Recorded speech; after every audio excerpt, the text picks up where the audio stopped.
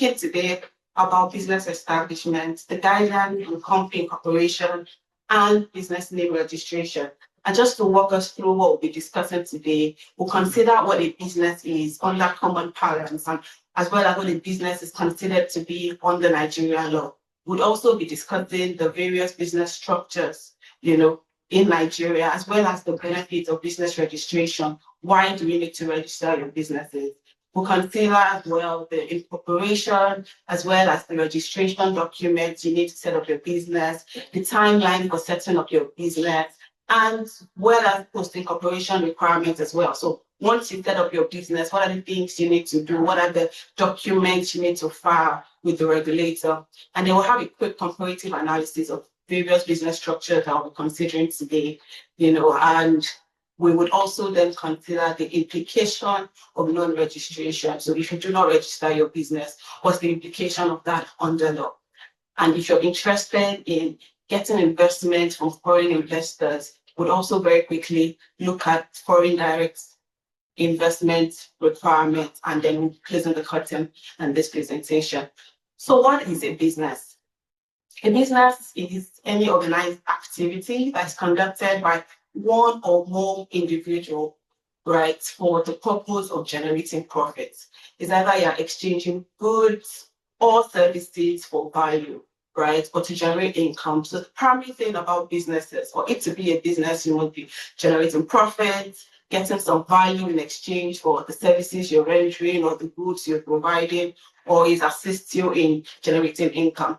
And so you may be producing juices in your kitchen and selling for a fee, or cooking meals and selling, online, or you own an online jewelry store, or you manage a small logistics business. All of this will be considered as business under Nigerian law. And then let's consider the legal definition. What does the law consider business to be? Before we speak on this, it's important to mention that the principal legislation for businesses in Nigeria is the Companies and Allied Matters Act 2020, right? And it describes a business to be any trade, occupation, or profession that is engaged by a person or multiple persons and entity with a view to generate profits. And so if you're generating profits from whatever activity you're doing or you're conducting is seen as a business. And I should also mention that unregistered businesses are generally invisible to a formal economy. And so if you're interested in business growth, if you're interested in business continuity, it's important that you register your business. And then we'll be considering the various business structures in Nigeria. We'll delve deeply into it in the next slides, but just to recognize what they are. So one is a business name. For a business name, it can be a sole proprietorship or a partnership. And then we have companies are classified into private and public companies. We have limited partnerships and limited liability partnerships. So what is a business name? A business name is an entity that is owned by an individual, right, or two or more persons. And when it's owned by one individual, it's considered to be a sole proprietorship. However, when it's owned by two or more persons, it's seen as a general partnership.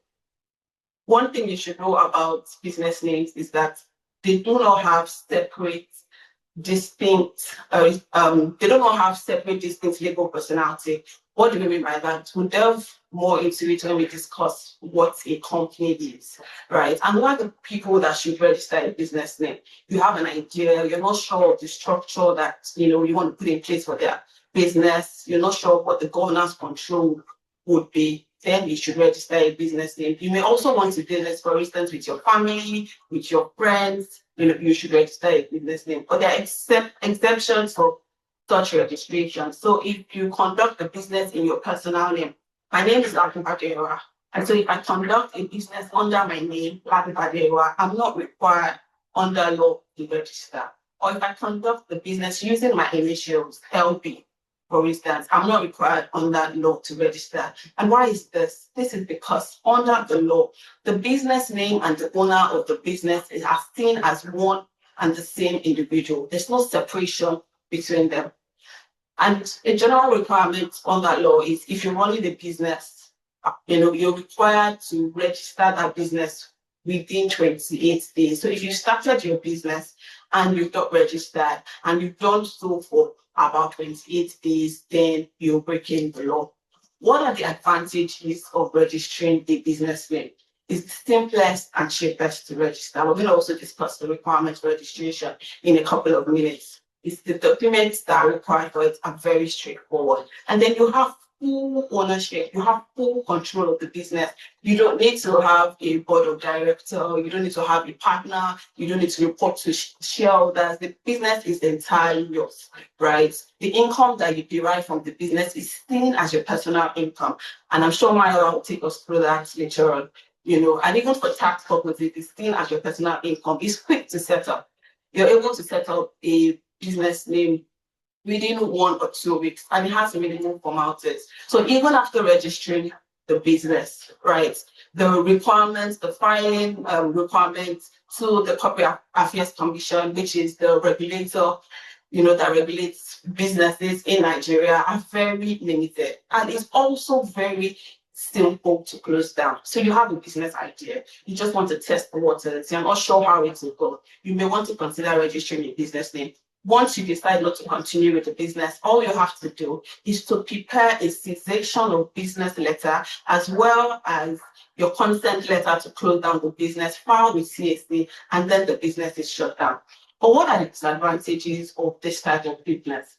One is unlimited personal liability. I mentioned earlier that for a business name is still at same with the owners, and so there are unlimited liabilities. Your personal assets are at risk because it's seen as the individual doing the business by itself. There's definitely no separate legal personality, and you have limited access to institutional finance. Now, whilst you will be able to raise funds from your family and friends, investors, institutional investors, would definitely want to see a business that has structure, that has clear direction on the management and the control before they invest in such business. And also, once the business owner is sick, incapacitated, or dies, the business automatically dies. So business names generally do not have any form of business continuity. And I mentioned earlier, what are those that should register a business name? You have an idea, you want to start producing juices, zobo, or the likes. You're not sure how the structure would be. What you should register is a business name. You want to open an online business, you want to sell clothes, you want to sell jewelry, you may want to consider registering a business name. Then we move to companies, right? First, what is a company? A company is a legal entity that is incorporated under law and has a separate and distinct legal personality. A company can be seen as an artificial person, right? So the rights that we have as individuals, right to be sued, right to sue, right to enter into contracts, right to own properties, a company has those rights as well, right? And companies are generally divided into 3 types. There are 3 major types of companies. One is a company that is limited by shares. What is a company limited by shares? A company limited by shares is a company whose the liabilities of the shareholders. Now, the shareholders are generally the owners of the business, right? The liabilities of the shareholders are limited to their unpaid share. Now, let's make it more practical. What would this mean? If I register a business today and I have 1 million as my share capital, I issue it to Mrs. B, right? Mrs. B takes up 500. I issue 500,000 shares to Mrs. B. But during the incorporation and commencement of business, she was only able to pay up 200,000 of the shares that were issued to her. Now, if this business is going to fold up or is going to wind up for any reason, the liability of Mrs. B would be limited to the 300,000 naira that she is yet to pay for the shares that she has acquired in the company. Another type of company is companies limited by guarantee. I won't go deep into that because that's not a business vehicle. Although that sort of company is able to do business, the profits are not shared, by the shareholders. It just goes back into the business. So I won't speak about much on that. And lastly, we have companies where the liabilities of the shareholders are generally unlimited. Should mention that this type of business structure is very, very rare. particularly in Nigeria. Then what are the classifications of companies? We have private limited companies and public limited companies. What that have a minimum of one shareholder, and a a maximum of 50 shareholders. So you can have 1 to 50 shareholders, right? But for a public company, you need a minimum of 2 shareholders, and the maximum number is unlimited. Another distinction between private companies and public companies is the ability to raise capital. So for private companies, you cannot raise capital from the public. You can raise capital from your family and friends. As we mentioned, for business things, you can also approach private individuals, private companies, to raise capital from them. However, you cannot announce to the public and request that the public invest in your business. A good example, a couple of weeks ago, I believe it was about last month or so, Dangote had mentioned that very soon, in a couple of months, the public will be permitted to invest in his business. Why is he able to do that? He's able to do that because it's a public limited company and not a private limited company. Another good distinction between the two are the requirements, of setting up the business. For instance, for a private limited company, you need only one director. And I should explain this better. For private companies, there are some certain companies that are classified as small companies.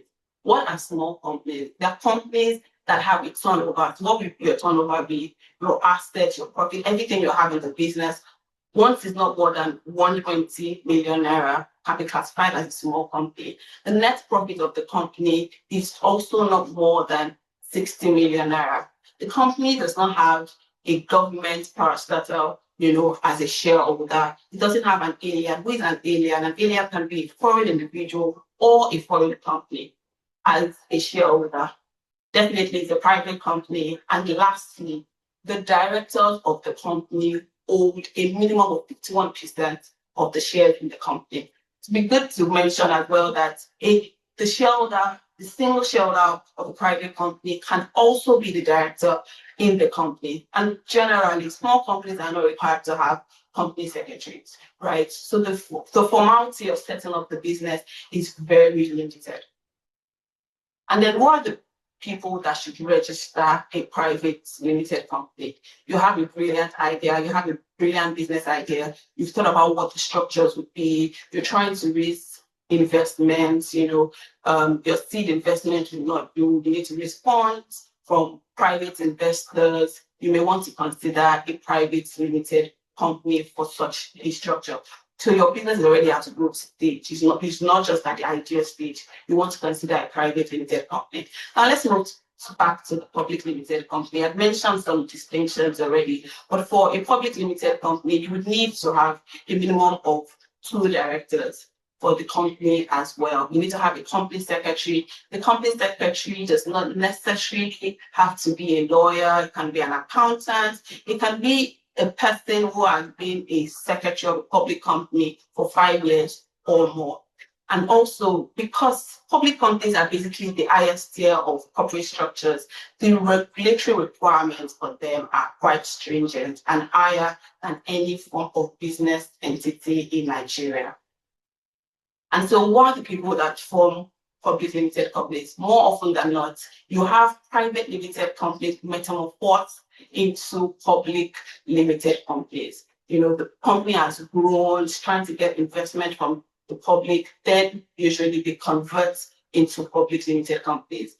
And the law allows for same. You don't need to go through, the entire moment of integrating the company again. You can just simply convert your private limited company to your public limited company.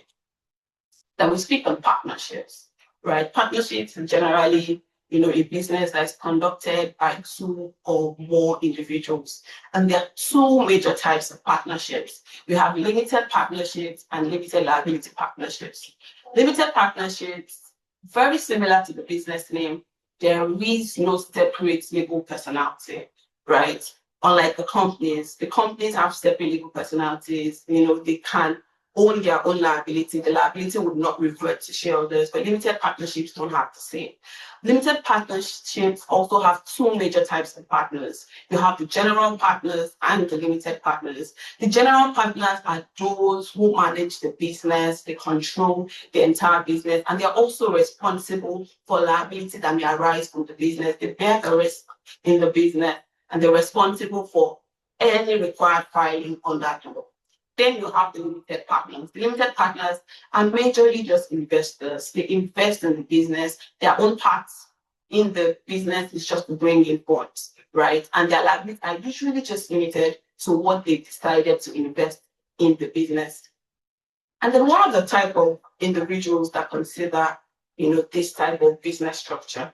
So you have a brilliant idea, right? But you don't have the investment. You know what the business would look like. You have the structure for it, but you don't have bonds, you don't have capital to start the business. You may want to approach, a bank, for instance. You may want to approach a company, a corporate, or whatever it is to provide the funds that you need for the business.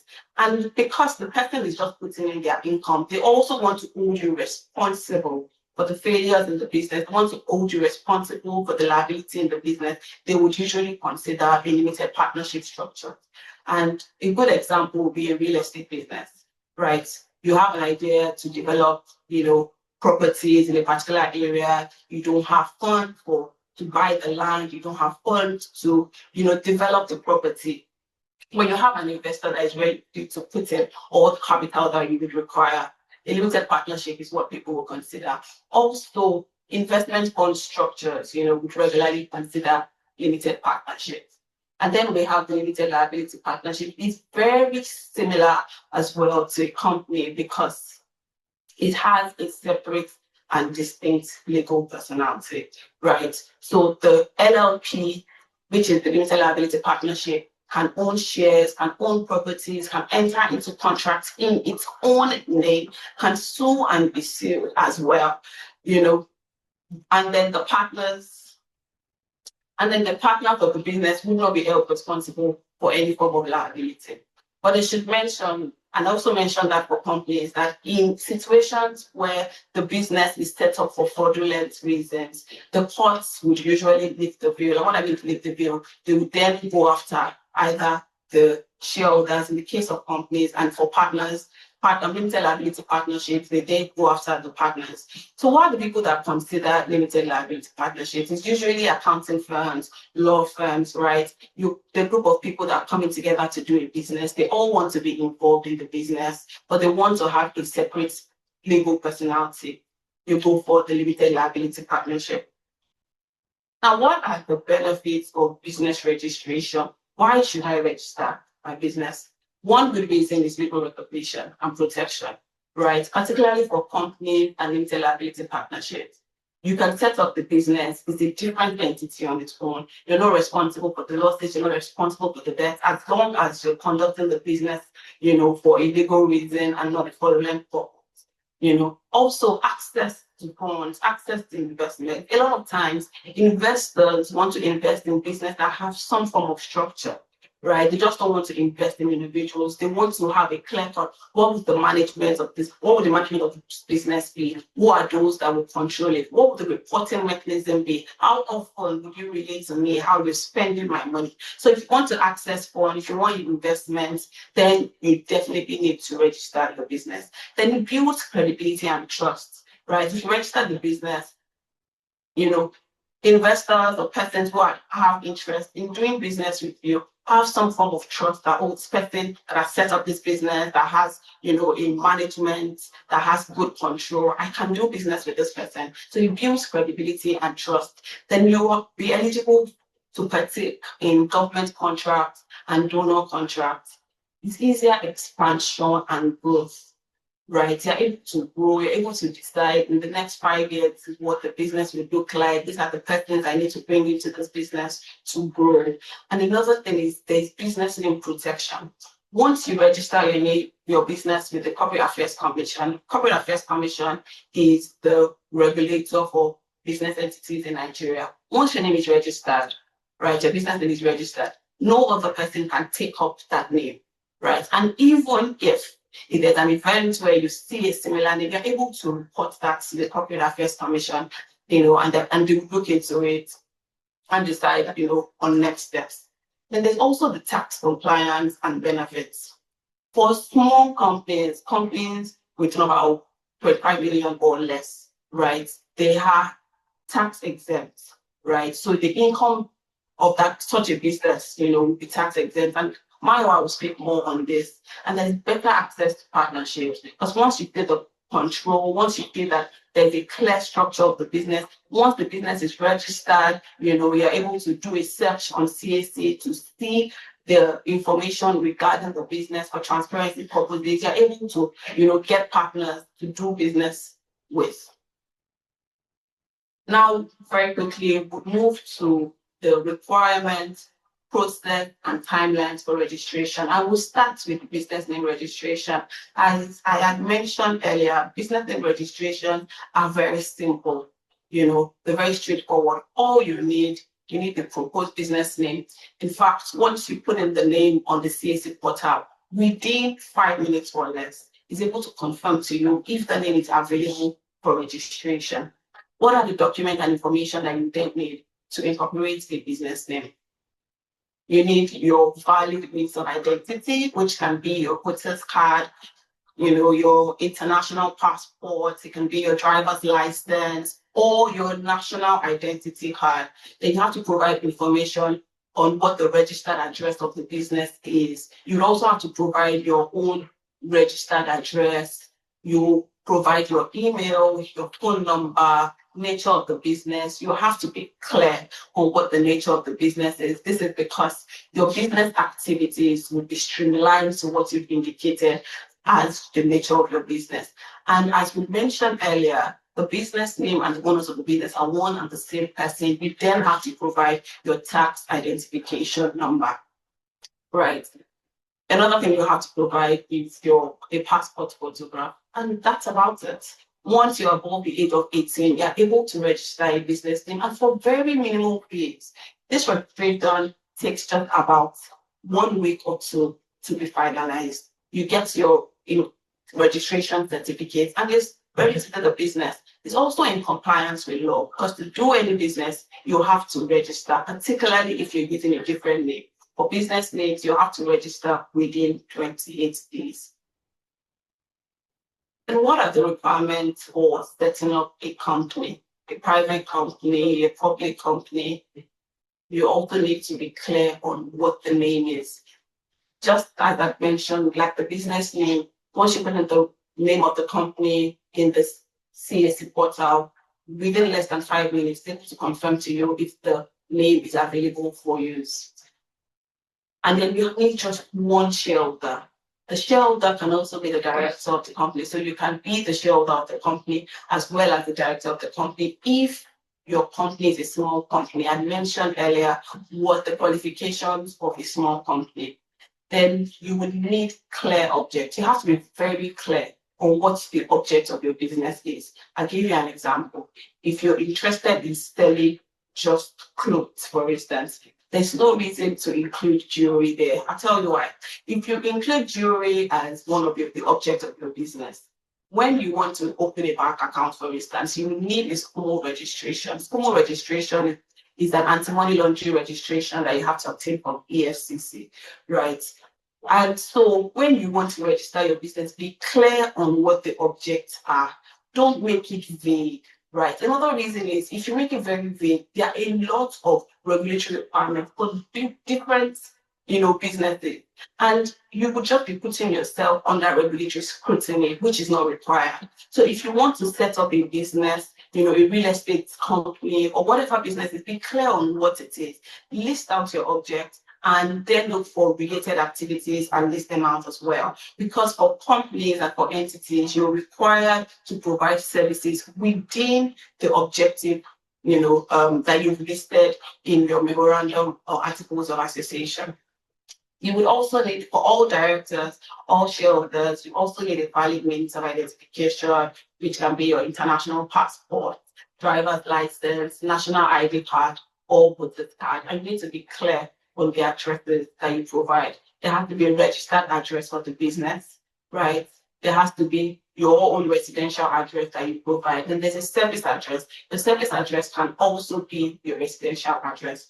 Should also mention that for those of us that are quite private, you don't want your residential address to be seen on the CAC portal. You're able to just pay a token of 25,000 naira for the CAC to hide such residential address from the public, because the document that you file at CAC are publicly available, like anyone can conduct a search to see or access these documents. Then you also need to file your memorandum and articles of association. The law has made it easier. There's a draft, articles of association that you can always adopt, right?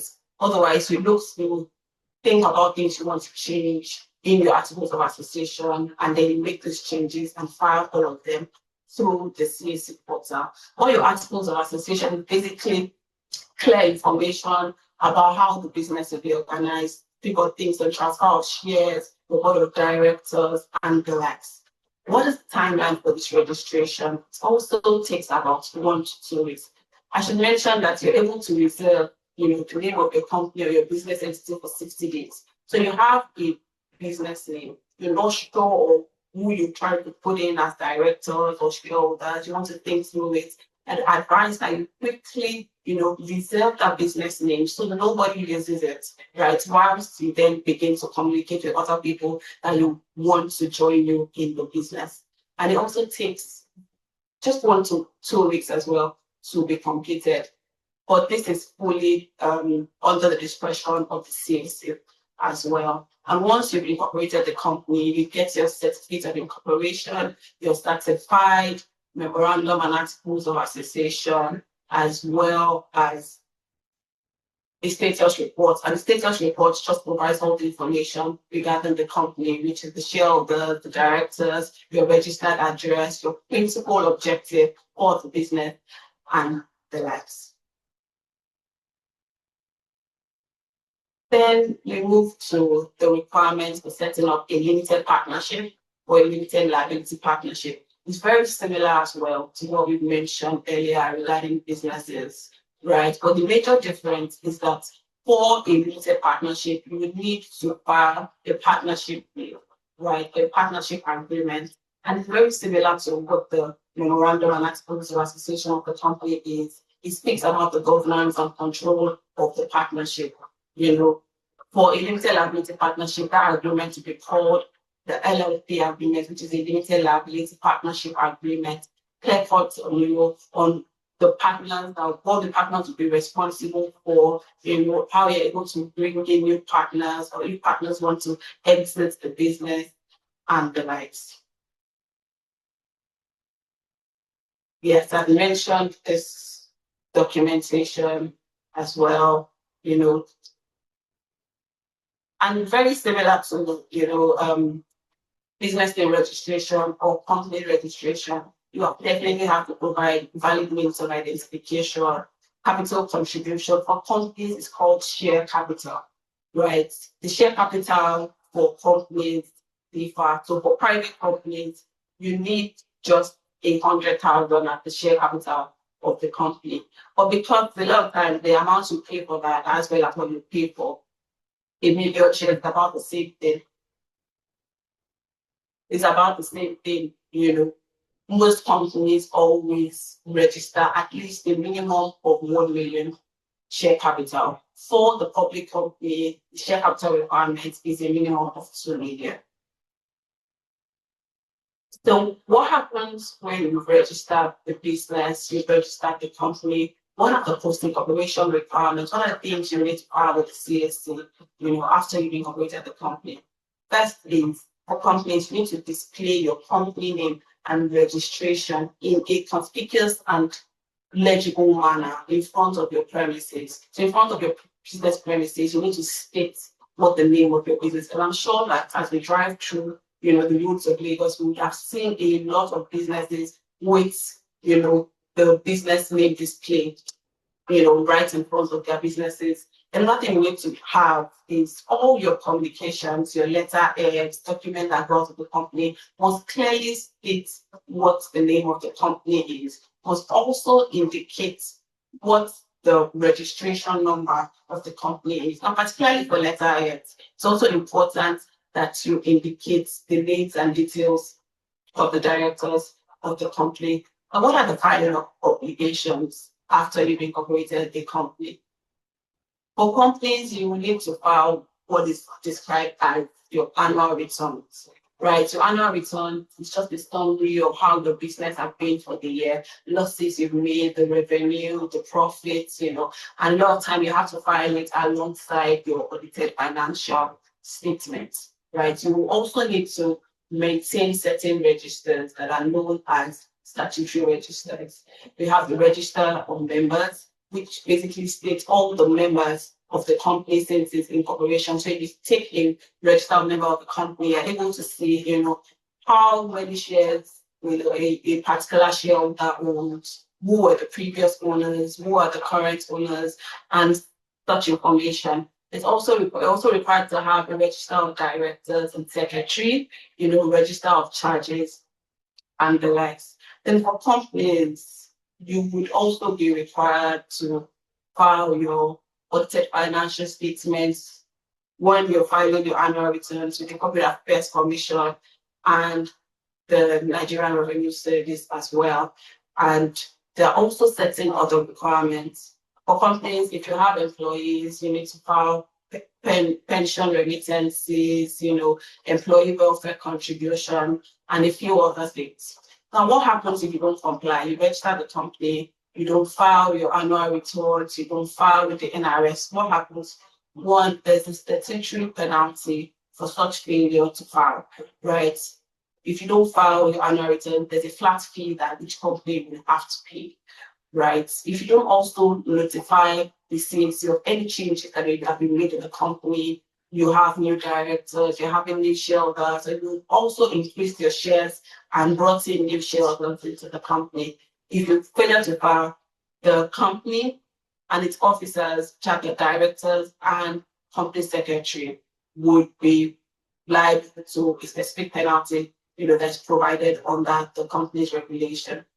What also happens if you don't file your annual returns for 10 years? If you don't file your annual returns for 10 years or more, the Corporate Affairs Commission may assume that the business is no longer a going concern, right? And may, after fulfilling certain requirements, strike off the name of the company from the register of members. And there's certain other regulatory sanctions, that may occur when companies fail to file. For business name, I should mention, all you need to file is a report, by June 30th of each month. So you need to file the report for the previous year, or basically informing the commission of how the business has been, what your revenue was been like, as well as your financial statements.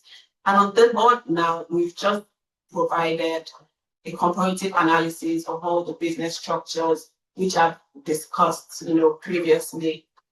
Due to the time, I'll be unable to go through everything, but this is basically what we've been discussing for a while. Now, what happens if you start a business, you have a business, but you haven't registered the business? One, it's a legal violation, right? You breach the provisions of the law, except you are conducting the business in your personal name, right? And then the practical and financial consequences for this, it also means that you have no legal personality. And so if there are any issues or liability that may arise from the business, the customers or clients are able to pursue you directly. Then you're unable to open any bank accounts in Nigeria because you'll have to provide your registration and incorporation documents to open a business account. There's also limited access to finance, as we mentioned earlier. There's no tax identification number, and you then cannot plan for the business. There's no succession planning, there's no business continuity. And we just go very quickly to foreign direct investment. So you're interested in getting investment from a foreigner or a foreign company. What are the things you need to do? We've just provided here the general requirements under Nigerian law. One, definitely you must have registered the business. Once you register the business, you have to get a certificate of business registration, which is obtained from the Nigerian Investment Promotion Commission. Right. This would usually take about 2 to 6 weeks, to finalize once you're able to provide your incorporation document and a few other documents. And it's important that you register this investment because the NNPC, warehouses the records of all investment that have been made in Nigeria. Then you have to obtain a business permit. A business permit, you can liken it to a business visa, for a foreigner coming to do business in Nigeria. Same way you travel out of the country and obtain a visa is how you need to obtain a business permit. And what are the documentations that will be required for this? Your incorporation documents, you would have to provide a tenancy agreement so it's clear to the Federal Ministry of Interior where the business will be located. You have to show a business plan, what you're interested, what the investor is coming to do in Nigeria, and a host of other documents. Right. I'd also like to quickly touch on the certificate of capital importation, which is one of the documents that will be submitted for a business permit. The certificate of business of capital importation, I beg your pardon, it's just a document that allows foreigners to import and export investment or capital using an authorized dealer at the official foreign exchange rates, right? So if you want to take advantage of what the FX rate is, the CBN FX rate is, the foreigner will definitely have to obtain a certificate called capital importation. And so we conclude, right? Registration is not merely a bureaucratic act, right? You have to decide what structure fits my business. I have an idea, I'm trying to grow it. You want to consider a business name. Oh, I have a structure for this. I need to get investment. You may want to consider a company, a private company, right? Private limited company. Or you have all the ideas in the world, but you have no investment and you need investors to invest hugely into your business. You may want to consider a limited partnership. So it's important that you determine what corporate structure works for your business, right, before you proceed to registration. Then you have to comply continuously. The certain requirements for businesses generally, we've mentioned what those are for business names and the likes. It's important that you file regularly. And then you leverage the provisions of the Companies and Allied Matters Act 2020. Before now, companies didn't have single members. Now you're able to have one shareholder at the company who can also be a director of the company, right? So you're able to leverage these provisions once you incorporate the company. The company will also have a legal and separate and distinct personality from yourself. It means that your personal assets are protected and then the business assets is what will be considered in any event, of liability, of debt or risk that may arise from the business. Thank you very much. I trust that this session has been very informative and I hope that, you are able to decide on what business structure suits your business.